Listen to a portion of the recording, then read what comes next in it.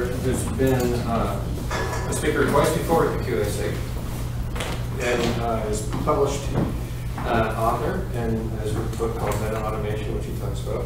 And lately he's been discovering the unrealized business potential of quality automation. Welcome, Matt. Thank you, Joe. So I'm Matt Griscom, and I'm Matt Griscom.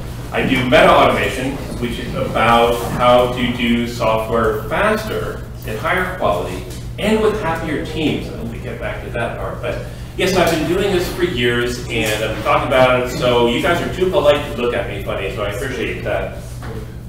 But it's about looking at the problem space between driving the product with automation and the business including you and me, the developers, and the leaders, the managers, and even the C-suite, everybody who wants information about what the product is doing, and across geographies as well as across roles, can benefit from this.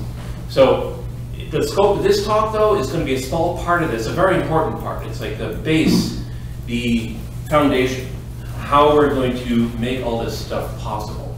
It's about getting information from the product. So I have a question for you, because I know everybody here does software quality. We know that software is important. Software quality is important. But who believes that software quality itself is getting more important every year? Yeah, 2 people. Every year it's getting more important. I think it is because more of our lives depend on it. Oh, you guys are shy, that's all right. It's more important because more of our lives depend on it through automation, through self-driving cars. I focus on deterministic systems, but a lot of this applies to non-deterministic systems as well. So let's go at it from a different angle.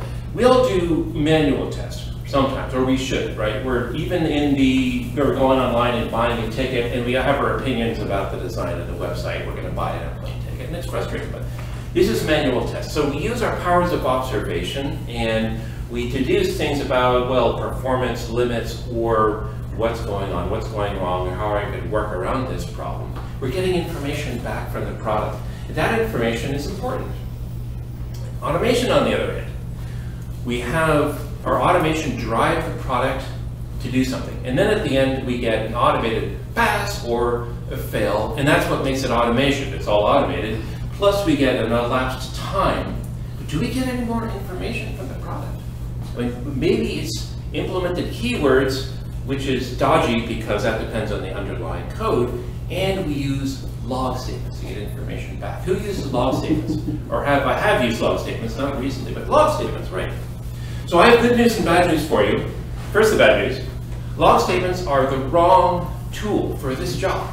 Log statements are ideal for like a web server. You have an incoming HTTP request, and you want a timestamp, and you want a verb, and you want a path, and all that stuff, and a timestamp, and every request is independent of every other request.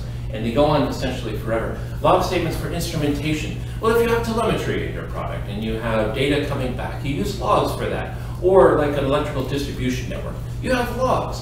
Great for that. They're lightweight, they're easy to implement. Well, that's why people naturally use them with automation. Unfortunately, it's the wrong tool for the job, because if you want to get all the information back, it can't possibly scale. The log statements don't relate to each other except through a timestamp. If you want to build a structure, you have to try to piece it together, because at the end, all you get is a list of logged items. And it may be a very long list, which is a very poor structure to work with automated analysis, part of what I talk about with MetaAutomation, out of the scope of this talk. They're just the wrong tool. But the good news is, this is really good news, because the answer is right in front of our noses. We all do it. You don't think about it in the terms that I'm going to tell you now, but we all do this. So let me give you an example. Installing a dishwasher in your kitchen. Who here has installed a dishwasher in his or her kitchen? Cool, all right. So let's say the overall task is installing a dishwasher. Maybe you got it from Bosch, like I did. So what are the steps that go into that? I want to install a dishwasher. Let's assume I know nothing about how to do it. What do you tell me? Like, what do I got to do? Read the instructions. I'm sorry? Very good. Oh, okay. Well, aside from that, let's pretend Google doesn't. Task rabbit. I'm sorry? Task rabbit. Hire somebody else to do it. Hire somebody else to do it. Okay. I'm sorry. Oh, me? Yeah. Find out if your landlord's okay with it, or if you lose a security deposit. No, okay. thank you for, okay. Different use case. No. There's different use cases, all right. Well, Nice. basically the steps that I'm thinking about is, let's assume we don't have to worry about that stuff, but we have to hook up the wiring to get the power. We have to hook up the plumbing. We have to hook up the draining. We have to prepare the space. We have to figure out how to get rid of the old dishwasher. And those are basic things where if I told you that these are basic steps into doing it, and we know, like, okay, if I say, well, you got to hook up the wiring, and we're installing a dishwasher, hook up the wiring, you don't need to know much more than that for the context of hooking up the wiring, other than, well, this is the overall task, we need to hook up the wiring. The overall task, installing a dishwasher, we need to hook up the plumbing. Well, if you get into the really detailed stuff, like, well, you have to remove this little plastic bit from that other plastic thing, and do that before this one, before you flip that switch, and these are very detailed steps. And in order to follow those steps, because they're meaningless, you have to put them into a context. And so, what you do when you put together these steps with the context is you have a hierarchy. It's a rooted, ordered tree. That's how you install the dishwasher. When you think about the problem, it's a rooted, ordered tree of all those steps. And when I say that we all do it, this is naturally how we approach the tasks of, for example, going to core dev this evening.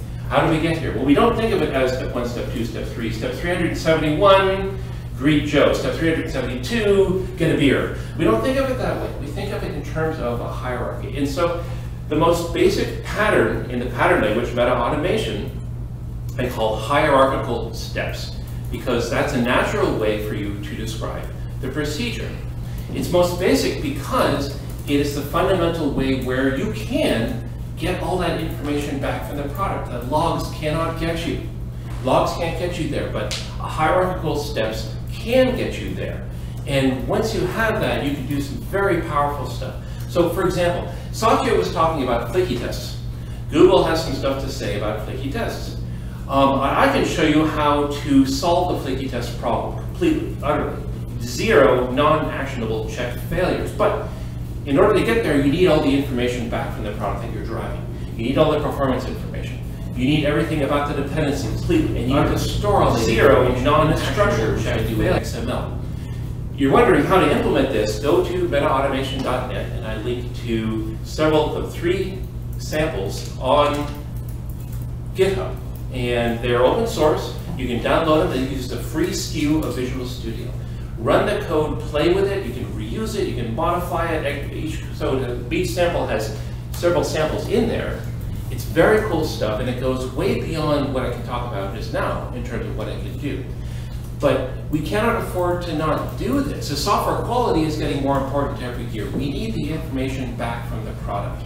And that's what was missing from Satya's talk, not your fault, is getting information back from the product. The common assumption is that, well, if my check fails, I'll just have somebody debug it. That's expensive. And that's why we tend to ignore the check failures. So I can fix all that. But it takes a different approach and an aggressive, and as I say to Brian, this is the catalyst. Really, it takes a different approach. Once you take that different approach, you can achieve much better business value. You can ship software faster, at higher quality, and with happier teams, because you have much better communication between the roles. So, that's like, I think I'm near my 5-minute limit. Do I have extra time? 1 minute? No, okay. Well, anyway, I'm going to talk a little more about the samples, because they show how to do this. What are the other benefits? I can fix the flaky test problem. I can fix the spam problem. Does anybody get tired of emails that say checks failed, and it's like, oh, I don't think that's my problem, or I hope somebody else looks into this. I probably can't do anything here. I solve that problem too. Do you ever wonder about how the manual testers are doing and say, I know that this automated test is supposed to do this, but I'm not sure really what the implementation does, and so I'm going to test all around it. Solve that problem. My dream is to get rid of test cases altogether, and you don't need them if the checks are self-documenting. My samples show exactly how to do this. Have the code document itself at runtime. Once you do this, you can get the results of a check. You can get each step in the hierarchy with a pass or a fail, with one failed, or a failed through the hierarchy because a failure propagates up to the root, or a blocked. It'll show you which checks are blocked. This is just for deterministic systems. But how cool if you knew exactly what the check is doing last time, and then fails, you know exactly what is blocked. And then you know what your quality risk is. And you know what you can tell the manual testers to work on. So when I say that you ship software faster, it's because the developers now have access to this information.